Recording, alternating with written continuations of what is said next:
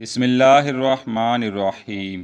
جملہ مفسرین و مورخین کا اس بات پر اتفاق ہے کہ انبیاء کرام میں سے 3 نبی ایسے گزرے ہیں جنہیں ظاہری حیات پاک میں یہ شرف حاصل ہوا کہ انہیں زندہ آسمان پر بلایا گیا۔ ان میں سے ایک تو وہ ہیں جو آسمان پر گئے اور دیدار الہی سے مستفید ہو کر واپس لوٹ آئے، اور یہ سید الانبیاء والمرسلین حضرت محمد صلی اللہ علیہ وسلم ہیں۔ دوسرے وہ ہیں جو زندہ آسمان پر گئے اور اب قرب قیامت واپس لوٹیں گے، اور یہ حضرت عیسیٰ علیہ السلام ہیں۔ اور تیسرے وہ ہیں جو زندہ آسمانوں پر گئے مگر اب واپس نہیں لوٹیں گے، اور وہ حضرت ادریس علیہ السلام ہیں۔ آج کی ویڈیو میں ہم متعدد روایات کی روشنی میں یہ بیان کریں گے کہ حضرت ادریس علیہ السلام کو زندہ آسمان پر کیوں اٹھایا گیا اور اب واپس کیوں نہیں لوٹیں گے۔ چنانچہ قرآن پاک کی سورہ مریم میں کچھ یوں ارشاد باری تعالیٰ ہے، اور کتاب میں ادریس کو یاد کرو، بے شک وہ صدیق تھے، غیب کی خبریں دیتے، اور ہم نے اسے بلند مکان پر اٹھا لیا۔ کچھ مفسرین کا اس بات پر اتفاق ہے کہ اس آیہ کریمہ میں جو بلند مکان پر اٹھا لینے کا ذکر ہے، اس کا تعلق حضرت ادریس علیہ السلام کے ساتھ ہے۔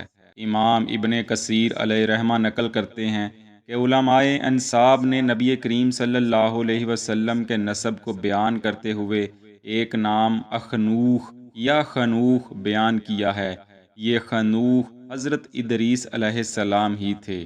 یہ حضرت آدم و شیس علیہ السلام کے بعد بنی آدم میں تیسرے شخص تھے جنہیں نبوت کا تاج پہنایا گیا۔ روایات میں آپ کے بے شمار فضائل بیان ہوئے ہیں۔ حضرت ابن اسحاق علیہ رحمہ نے ذکر کیا ہے کہ روئے زمین پر سب سے پہلے جس انسان نے قلم کے ساتھ لکھا وہ حضرت ادریس علیہ السلام تھے، اور آپ نے حضرت آدم علیہ السلام کی حیات مبارکہ کے 308 سال پائے۔ بخاری و مسلم شریف میں ہے کہ جب رسول اللہ صلی اللہ علیہ وسلم معراج پر تشریف لے گئے تو چوتھے آسمان پر آپ کی ملاقات حضرت ادریس علیہ السلام سے ہوئی۔ چنانچہ ایک اور حدیث پاک معاویہ بن حکم رضی اللہ عنہ سے مروی ہے کہ آپ نے رسول اللہ صلی اللہ علیہ وسلم سے عرض کیا کہ علم رمل کیسا علم ہے؟ آپ صلی اللہ علیہ وسلم نے ارشاد فرمایا، یہ ایک نبی تھے جنہوں نے اس کی بنیاد ڈالی، بس جس شخص کے نشانات اس کے مطابق آ جاتے ہیں اس کا نشانہ صحیح بیٹھ جاتا ہے۔ اس حدیث پاک کی روح سے کچھ محدثین کا کہنا ہے کہ اس کا تعلق حضرت ادریس علیہ السلام سے ہے۔ علم رمل لائنوں اور نقطوں پر مبنی خفیہ علم کو کہتے ہیں۔ یہ دنیا کا پہلا مستند خفیہ علم ہے جو صدیوں سے رائج ہے، تاہم رمل ریت کو کہتے ہیں، اور حضرت ادریس علیہ السلام کو علم رمل کا معجد کہا جاتا ہے۔ علامہ ابن جریر علیہ رحمہ فرماتے ہیں کہ حلال بن یساف رضی اللہ عنہ کی موجودگی میں حضرت ابن عباس رضی اللہ عنہما نے حضرت کعب رضی اللہ عنہ سے پوچھا کہ اللہ تعالیٰ کے اس فرمان اور ہم نے اسے بلند مکان پر اٹھا لیا کا کیا مطلب ہے؟ حضرت کعب رضی اللہ عنہ نے کہا کہ اللہ تعالیٰ نے حضرت ادریس علیہ السلام کی طرف وحی فرمائی، اے ادریس، میں روزانہ اولاد آدم کے تمام اعمال کے برابر تمہارے درجات کو بلند فرماتا ہوں۔ حضرت ادریس علیہ السلام نے ارشاد باری تعالیٰ سنا تو دل خوش ہوا اور چاہا کہ ان کے اعمال و درجات میں اور اضافہ ہو۔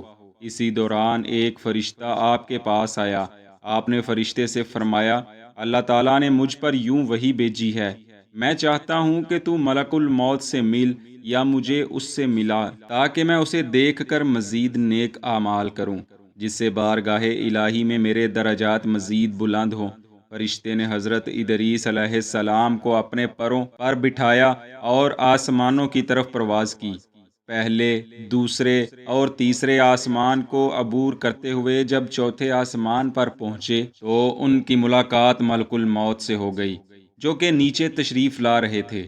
فرشتے نے حضرت ملک الموت سے حضرت ادریس علیہ السلام کی خواہش کا اظہار کیا۔ ملک الموت نے فرشتے سے پوچھا، ادریس علیہ السلام کہاں ہیں؟ فرشتے نے جواب دیا، وہ میرے پروں پر سوار ہیں۔ اس پر ملک الموت نے کہا، مجھے تو پہلے ہی حکم مل چکا ہے کہ ادریس علیہ السلام کی روح قبض کر لوں، اور میں اس بات پر حیران تھا کہ چوتھے آسمان پر ادریس علیہ السلام کی روح قبض کیسے کروں جبکہ وہ یہاں ہے بھی نہیں۔ چنانچہ منشائے خدا بندی یہی تھی کہ حضرت ادریس علیہ السلام کی چوتھے آسمان پر روح قبض کی جائے، اسی لیے تو فرشتہ بھی ان کو لے کر پہلے ہی یہاں پہنچ چکا تھا۔ یوں حضرت ملک الموت نے چوتھے آسمان پر ہی حضرت ادریس علیہ السلام کی روح قبض کی۔ حضرت کعب رضی اللہ عنہ نے فرمایا، اس قرآن پاک کی آیت میں اسی واقعے کی طرف اشارہ کیا گیا ہے۔ ابن ابی حاتم علیہ رحمہ نے اس آیت کی تفسیر میں مزید یہ بیان کیا ہے کہ روح قبض ہونے سے پہلے حضرت ادریس علیہ السلام نے فرشتہ سے کہا کہ ملک الموت سے دریافت کرو میری زندگی کتنی باقی ہے۔ اس پر ملک الموت نے جواب دیا، میں جب تک آپ کو دیکھ نہ لوں اس وقت تک مجھے علم نہ ہوگا۔ جب ملک الموت نے دیکھا تو کہا، تعجب ہے، آپ مجھ سے ایسے شخص کی زندگی کے بارے پوچھتے ہیں کہ جن کی زندگی کا دورانیہ پلک جھپکنے کے برابر بھی نہیں ہے۔ فرشتے نے جیسے ہی اپنے پروں کے نیچے دیکھا تو حضرت ادریس علیہ السلام کی روح قفس عنصری سے پرواز کر چکی تھی۔ یہ تمام واقعہ بیان کرنے کے بعد امام ابن کثیر علیہ رحمہ فرماتے ہیں، یہ حدیث اسرائیلیات میں سے ہے اور اس کے بعض راوی منکر الحدیث ہیں، لیکن ساتھ ہی انہوں نے مختلف راویوں کے اقوال بھی نقل کر دیے ہیں۔ یہاں ہم ان اقوال کو بھی شامل کرنا ضروری خیال کرتے ہیں تاکہ آپ دوستوں کو اس بارے مکمل علم حاصل ہو سکے۔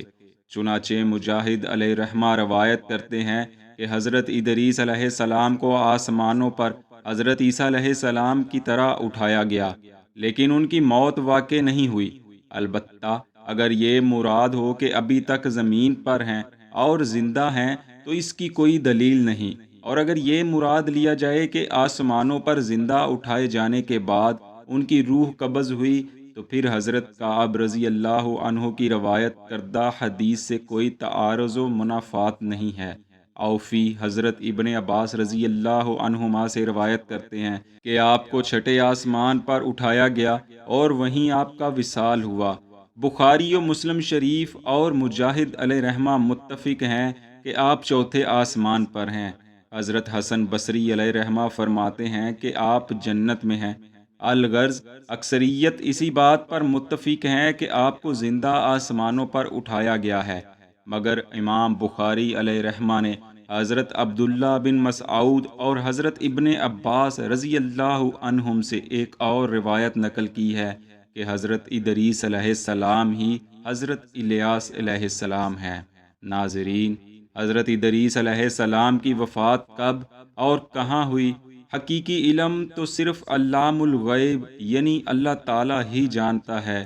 ہم نے تو صرف وہ علم آپ لوگوں تک پہنچانے کی کوشش کی ہے جو تاریخ کے اوراق میں محفوظ ہے۔